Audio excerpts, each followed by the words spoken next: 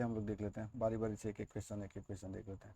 पहला लिखा गया है एंगुलर जेएस इज अ, देखिए एंगुलर जेएस एक फ्रेमवर्क, क्या है एंगुलर जेएस एक फ्रेमवर्क, ठीक है। तो इसका आंसर क्या होगा, बी।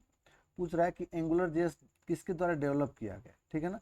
तो एंगुलर जेएस जान लीजिए कि किसके द्वारा डेवलप किया गया, गूगल के द्वारा डेवलप किया गया, ठीक है ना। एंगुलर जेएस किसके द्वारा डेवलप किया गया, गूगल के द्वारा इसको डेवलप किया गया है, गूगल ने ही एंगुलर जेएस को डेवलप किया गया है, ठीक है। और एक बात और जान लीजिए कि अब जो है एंगुलर जेएस डेप्रिकेट कर दिया गया, मतलब इसको बंद कर दिया गया, अब इसको यूज नहीं किया जाता है। अगर मान लीजिए कि पेपर में आ जाए कि एंगुलर जेएस कब डेप्रिकेट किया गया है, तो इसको 31 दिसंबर 2021, 31 दिसंबर 2021 को गूगल क्या कर दिया, इसको डेप्रिकेट कर दिया, मतलब ऑफिशियली बोल दिया गया कि अब इसका यूज नहीं होगा और इंडस्ट्री में भी इसका यूज नहीं होता है, ठीक है ना। एक लिखा है कि NG app directive defines the, ठीक है। देखिए NG app directive defines the, देख लीजिए कि एनजी ऐप जो होता है ना, वो किसको डिफाइन करता है, एंगुलर जेएस एप्लीकेशन को डिफाइन करता है। किसको डिफाइन करता है, एंगुलर जेएस एप्लीकेशन को डिफाइन करता है। किसको डिफाइन करता है, एंगुलर जेएस एप्लीकेशन को, ठीक है ना। तो इसका आंसर क्या होगा, बी। ये ऑलरेडी सब लोग पढ़े हैं। देखिए क्या लिखा है, the correct syntax to bind data using Angular JS expression. तो ये जान लीजिए हमेशा ये डबल करली ब्रैकेट में इसमें लिखे जाते हैं, डबल करली ब्रैकेट में इसको डिफाइन किया जाता है, ठीक है ना। डबल करली ब्रैकेट में हमेशा इसको डिफाइन किया जाता है, ठीक है ना। जब भी पूछा जाए कि एंगुलर जेएस के डेटा को कैसे बाइंड करते हैं, तो डबल करली ब्रैकेट में इसको बाइंड किया जाता है, ठीक है ना। Angular JS expressions are written inside, तो करली ब्रैकेट है, ठीक है ना। यहाँ पे भी सेम क्वेश्चन था, पैटर्न दूसरा था पूछने का कि बाइंड कैसे किया जाता है। यहाँ पे लिखा गया कि Angular JS expressions are written inside, किस में लिखा जाता है, करली ब्रैकेट में। देखिए यहाँ पे करली ब्रैकेट में लिखा भी गया, ठीक है ना। नेक्स्ट देख लीजिए क्या, देखिए लिखा है which directive is used to create a model in AngularJS। तो ng मॉडल की मदद से क्या किया जाता है, ng मॉडल की मदद से क्या किया जाता है कि मॉडल क्रिएट किया जाता है, ठीक है ना। ng मॉडल की मदद से ही मॉडल क्रिएट किया जाता है, ठीक है। अब देखिए एक बात ये देख लीजिए, यहाँ पे लिखा है ng, दिख रहा है ना। जितने भी डायरेक्टिव हैं अप्रॉक्स हर एक डायरेक्टिव में, लगभग सारे के सारे डायरेक्टिव में ng यूज किया गया, दिख रहा है ना। हर एक डायरेक्टिव में आप देखेंगे तो ng यूज किया गया है, ठीक है ना। ng एक प्रीफिक्स है, ng एक प्रीफिक्स है, ठीक है ना। क्या ng एक प्रीफिक्स है जो कि हर एक क्या बोलते हैं, बिल्ट इन डायरेक्टिव में यूज होता है, हर एक बिल्ट इन डायरेक्टिव में, ठीक है ना। देखिए तो इसका आंसर क्या होगा, एनजी मॉडल, ठीक है।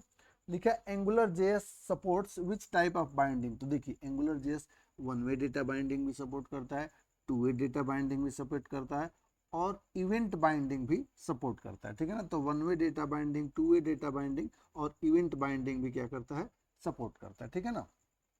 देखिए लिखा है what is the correct directive to display data in Angular JS, ठीक है। तो एनजी बाइंड की मदद से, किसकी मदद से, एनजी बाइंड की मदद से। मान लीजिए कि अगर आपको एनजी बाइंड की मदद से डेटा को नहीं शो करना है, तो वही करली ब्रेसेज वाला एक्सप्रेशन लगा दीजिए, उसकी मदद से शो कर लीजिए, ठीक है। तो करली ब्रेसेज की मदद से भी शो होता है, ठीक है ना।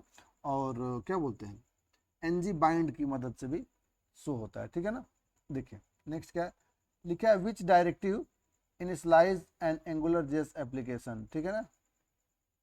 क्या क्वेश्चन बोल रहा है कि which directive initialise and Angular JS application, ठीक है ना।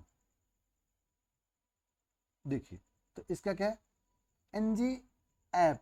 देखिए एनजी, देखिए क्या बोल रहा है कि which directive initialise and Angular JS application, मतलब कि एंगुलर जेएस एप्लीकेशन स्टार्ट करना है तो कौन क्या हम लिखते थे, कौन सी डायरेक्टिव लिखते हैं।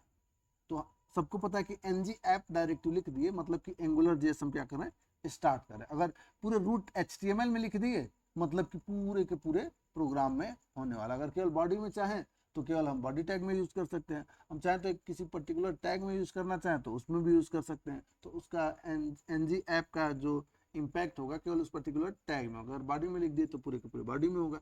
और हम लोग सोचते हैं कि मान लीजिए कि एचटीएमएल में ही लगा देंगे तो पूरे के पूरे पेज में होगा, ठीक है।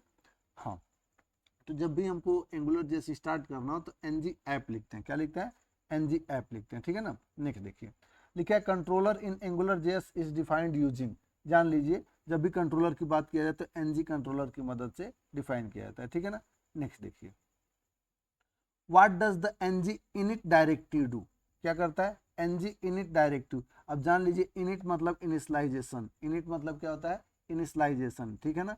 एनजी इनिट मतलब क्या होता है इनिशियलाइजेशन। तो यहाँ पे लिख रहा है कि it initialise application data, application का जो डेटा होता है उसको क्या करता है इनिशियलाइज करता है, ठीक है ना। क्या करता है इनिशियलाइज करता है, मतलब वेरिएबल में वैल्यूज को स्टोर करा देता है, ऐसे जान लीजिए, ठीक है ना। NG repeat directive is used to, देखिए सिंपल सा एक लाइन में जान लीजिए कि जैसे लूप है ना, जैसे लूप है वैसे ही एनजी रिपीट है, सिंपल सा। जैसे लूप क्या करता है कि बार बार रिपीट करता है, वैसे ही एनजी रिपीट भी करता है कि लूप थ्रू कलेक्शंस। मान लीजिए कि लिस्ट है, टपल, इस टाइप का अगर कुछ है तो एक एक कंटेंट पे क्या करेगा लूप करेगा, मतलब पूरा का पूरा कंटेंट लूप करने वाला, बारी बारी से वो जाएगा, ठीक है ना। तो इसलिए एनजी रिपीट, वहां पे लूप ना बोल के रिपीट बोलता है कि बार बार हम क्या करते हैं रिपीट करते हैं। नेक्स्ट देखिए,